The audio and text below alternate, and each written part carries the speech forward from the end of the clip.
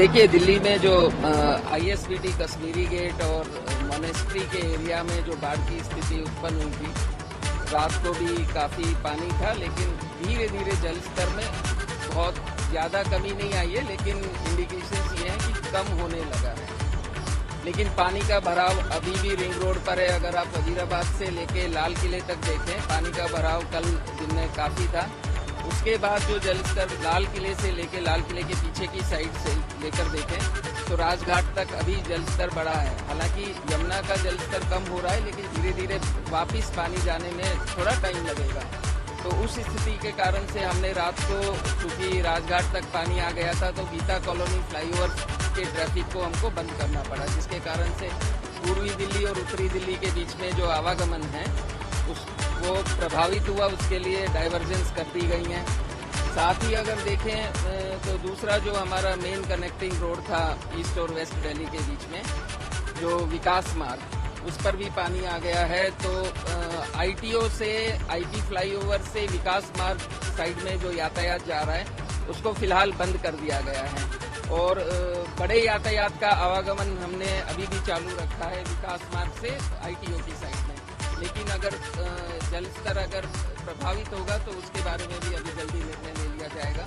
भैरव मार्ग पर पानी कम होने लगा है। हम प्रयास कर रहे हैं कि भैरव मार्ग को आज शाम तक खोलने का हम प्रयास करेंगे, लेकिन जिस तरह से जो भी स्थिति बनेगी उसके साथ निर्णय लिया जाएगा। और बाकी जगह देखें, NH-48 पर ट्रैफिक है। स्पीड करीबन 40-50 किलोमीटर प्रति घंटे की स्पीड से वहाँ पर यातायात का आवागमन है, क्योंकि जो एसेंशियल कमोडिटीज़ को हम सभी पॉइंट से, चाहे वो सिंधु बॉर्डर हो, चाहे वो राजौरी हो, बदरपुर हो, टिकरी हो, चिल्ला बॉर्डर हो, लोनी बॉर्डर हो, जो फल सब्जी और दूध वगैरह का जो भी आवागमन है उसको हम जो है अलाउ कर रहे हैं। और इस स्थिति को देखते हुए अभी अगर आप ट्रैफिक को देखेंगे तो ट्रैफिक चल रहा है। और जहाँ जहाँ पर बाढ़ के कारण से जो निर्णय लेना पड़ा है कि यातायात को या तो रोका गया है या डाइवर्जन की गई है, वो प्लान किया गया है। अगर आप भोला कुआं से नॉर्थ दिल्ली जाना चाहते हैं तो आप नारायणा से पंजाबी बाग से जा सकते हैं, या रानी झांसी होकर अगर आप सेंट्रल दिल्ली जाना चाहते हैं तो रानी झांसी फ्लाईओवर का यूज कर सकते हैं। सराय काले खां से भी हमने आगे जो ट्रैफिक है आईपी फ्लाईओवर की साइड, आईटीओ की साइड, उसको हमने डाइवर्ट किया है, क्योंकि आईपी फ्लाईओवर में पानी आ गया था। तो वहाँ पर भी सराय काले खां से फिर आगे आश्रम है और बदरपुर तक वहाँ ट्रैफिक चल रहा है। हैवी कमर्शियल ट्रैफिक को हमने रोका हुआ है, बाकी ट्रैफिक चल रहा है। तो उस स्थिति में अभी तक जो है कल की तुलना में जो यातायात का जो आवागमन है वो ज़्यादा बेहतर हुआ है। और जैसे जैसे पानी का जल स्तर कम होता जाएगा उस हिसाब से हम अपनी डाइवर्जेंस को कम करना शुरू करेंगे और ट्रैफिक को अलाउ करेंगे। लेकिन अगले 1-2 दिन में ये स्थिति आगे देखने को मिलेगी कि किस दिशा में जो है पानी का स्तर होता है। सर, हालात की बात की काफी मुश्किल हालात है। पुलिस भी आप लोग लगातार प्रतिबल चेयरमैन वर्क कर रहे हैं, तो मदद के साथ साथ पूरा व्यवस्था को बनाए रखने की कोशिश की जा रही है। तो देखिए, बिल्कुल सभी एजेंसी जो हैं, जो PWD है, पुलिस है, इरिगेशन एंड फ्लड कंट्रोल है, MCD है, NDMC है, सभी के साथ मिलके जहाँ जहाँ पर कुछ इस तरह के इश्यूज आते हैं, जहाँ पर इम्प्रूवमेंट किया जा सकता है, या रोड केबिन हो सकते हैं, या वाटर पंप्स की आवश्यकता है, उनको प्रयास किया जा रहा है कि जो हमारा जो ट्रैफिक कंट्रोल रूम है, हमारी जो ERSS 112 की सेवाएं हैं, और जो जहाँ पर भी जिस तरह की इंफॉर्मेशन सोशल मीडिया पर मिलती है, उस हिसाब से जो है पुलिस का रिस्पांस 24/7 करने का प्रयास किया गया है। और हर जगह जो डिप्लॉयमेंट है, करीबन 4,500 ट्रैफिक पुलिस कर्मियों का डिप्लॉयमेंट पूरी दिल्ली में किया गया है। साथ के साथ अगर आप देखेंगे कि कावड़ का जो मूवमेंट है काफी बढ़ गया है, और आज डाक कावड़ का मूवमेंट काफी रहेगा, जिसके कारण से NH-48 का रानी झांसी फ्लाईओवर, वंदे मातरम मार्ग, रोहतक रोड और जो मुकरबा मधुबन चौक, वहाँ पर काफी ज्यादा मूवमेंट रहेगा। आश्रम की साइड और आगे पलवल की साइड लोग जाएंगे जो डाक कावड़ वाले।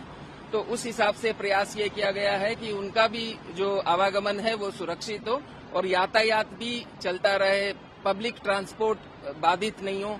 और जितना ज्यादा ईस्ट वेस्ट और नॉर्थ साउथ आवागमन हो सके हम प्रयास करेंगे कि उसको हम फैसिलिटेट करें। एक आखिरी सवाल, प्रगति मैदान टनल को लेके कंफ्यूजन थी कि पहले बंद हुआ था तो उसके बाद अभी भी सोशल मीडिया पे तो उस बारे में देखिए, आप देखेंगे मैं प्रगति मैदान टनल पर ही खड़ा हूं। मेरे पीछे आप देखेंगे तो यातायात जो है पुराना किला से सी एक्सागन से अगर आपको सराय कालेखा जाना है, आपको अक्षरधाम साइड में जाना है तो यातायात चल रहा है। इसके साथ अगर आपको रिंग रोड जाना है वो भी चल रहा है। तो प्रगति मैदान टनल चल रहा है, जो अंडरपास है सुंदरनगर वाला वो भी चल रहा है। इसके अलावा डीपीएस वाला अंडरपास चल रहा है। तो मथुरा रोड पर अगर डब्ल्यू पॉइंट से लेके मथुरा रोड और आगे नीला गुंबद तक ट्रैफिक जो है इस वक्त बिना किसी रोक टोक के चल रहा है। और प्रयास ये किया जाएगा कि स्थिति अगर बारिश की नहीं होती है तो टनल चलता रहेगा। लेकिन जो कई इलाके हैं जहाँ पे जलभराव काफ़ी ज़्यादा है, कल से बढ़ गया है, खासकर आईटीओ का इलाका, आईटी एक्सटेंशन या राजघाट के सामने। देखिए, पानी का अच्छी खबर यह है दिल्ली वालों के लिए कि पानी का लेवल बढ़ नहीं रहा है। वो कल दोपहर से 1 बजे से शाम के 7 बजे तक स्टेबल रहा और अब बहुत धीमी गति से पानी घटना शुरू हो गया है। लेकिन अभी 0.01 मीटर के रेट पर पानी घट रहा है। तो पानी का लेवल नीचे जाने में अभी आप मान लीजिए 1 दिन तो लगेगा। तो जो अभी की स्थिति है पानी के एरियाज में इसलिए भर रहा है क्योंकि अब सारे ड्रेन्स भर गए हैं और अब ड्रेन्स में पानी वापस जा रहा है और इस वजह से बैकफ्लो की वजह से अब कई एरियाज में पानी भर रहा है। अभी पंपिंग भी संभव नहीं है। पंपिंग इसलिए संभव नहीं है क्योंकि पानी पंप करके तो यमुना में ही जाना होता है और जब यमुना का वाटर लेवल इतना हाई है तो इसलिए अभी सड़कों से पानी पंप करके भी निकालना संभव नहीं है।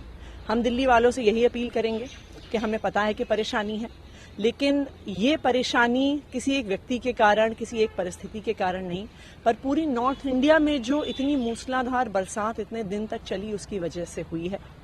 अच्छी बात यह है कि पानी अब धीरे धीरे नीचे जा रहा है। सबसे बस मेरी ये रिक्वेस्ट है कि जिसको घर से निकलने की जरूरत नहीं है वो अपने घर में रहें, कि सड़कों पर जो सिर्फ इमरजेंसी रिक्वायरमेंट्स हैं उनके लिए से ट्रैफिक चले। लेकिन बारिश हुई नहीं, यमुना के स्तर में भी कमी आ रही है, लेकिन कल की तुलना में ज़्यादा जलभराव दिख रहा है, खासकर जो आईटीओ का इलाका है या इंद्रप्रस्थ का इलाका है। देखिए, उसमें बारिश की वजह से पानी नहीं भर रहा है। ये इसलिए भर रहा है कि जिन जिन एरियाज में कल जलभराव हुआ है अब उनकी ड्रेन्स भी सारी भर गई हैं। अब आईटीओ से पानी बह के दिल्ली, पुरानी दिल्ली की ड्रेन में जाता है, लेकिन अब लाल किले में और उसके आसपास पूरा पानी भरने की वजह से जो सारी पुरानी दिल्ली की ड्रेन्स है वो भर गई। दूसरी बात यह है कि अब आप देखिए दिल्ली में इस फ्लडिंग की वजह से जो हथनी कुंड से इतना पानी आया है, एक तरह से दिल्ली एक रिजर्वायर बन गई है।